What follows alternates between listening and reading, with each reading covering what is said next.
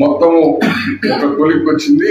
2014లో రాష్ట్రం ఉమ్మడి ఆంధ్రప్రదేశ్ విభజన తరువాత తెలుగుదేశం పార్టీ అధికారంలోకి వచ్చిన తర్వాత మన వెలుగొండ ప్రాజెక్టు మీద 1460 కోట్లు 2014 నుంచి 19 వరకు ఖర్చు పెట్టడం జరిగిందన్న. 2019లో వైఎస్ఆర్ గవర్నమెంట్ వచ్చిన తర్వాత, జగన్మోహన్ రెడ్డి ముఖ్యమంత్రి అయిన తర్వాత 2019 నుంచి 2024 ఈ 5 సంవత్సరాల్లో కేవలం 900 కోట్ల రూపాయలు మాత్రమే ఖర్చు పెట్టడం జరిగింది. మీరు కావాలంటే అధికారుల కాడ డేటా తీసుకోండి, ఇన్ఫర్మేషన్ యాక్ట్ పెట్టేది తీసుకోండి, ఇస్తారు మీకు సమాచారము.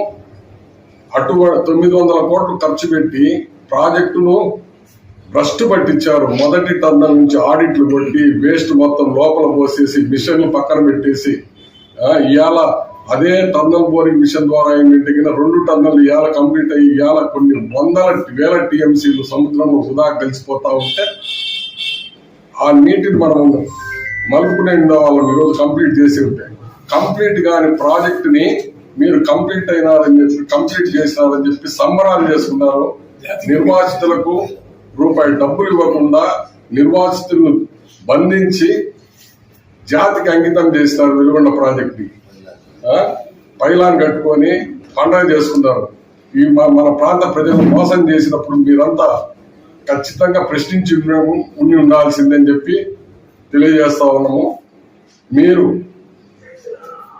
ఈ వెలుగొండ విషయంలో కానీ, మద్యం విషయంలో కానీ, ఇసుక విషయంలో కానీ, ల్యాండ్ వాటర్ విషయంలో కానీ మీకు ఈ ప్రాంతంలో గత 5 సంవత్సరాల్లో వైఎస్ఆర్సీపీ అధికారంలో ఉన్నప్పుడు ఏం జరిగిందో మీకు అవగాహన లేకుండా ఉండిండొచ్చు ఈ ప్రాంతంలో.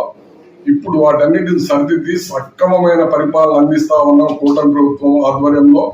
కొంచెము మీ తప్పుదారి పట్టించే వాళ్ళ మాటలు విశ్వసించి ఇట్లా మీకున్న విశ్వసనీయతను కోల్పోవద్దని చెప్పి మీ ద్వారా తెలియజేస్తా ఉన్నాం.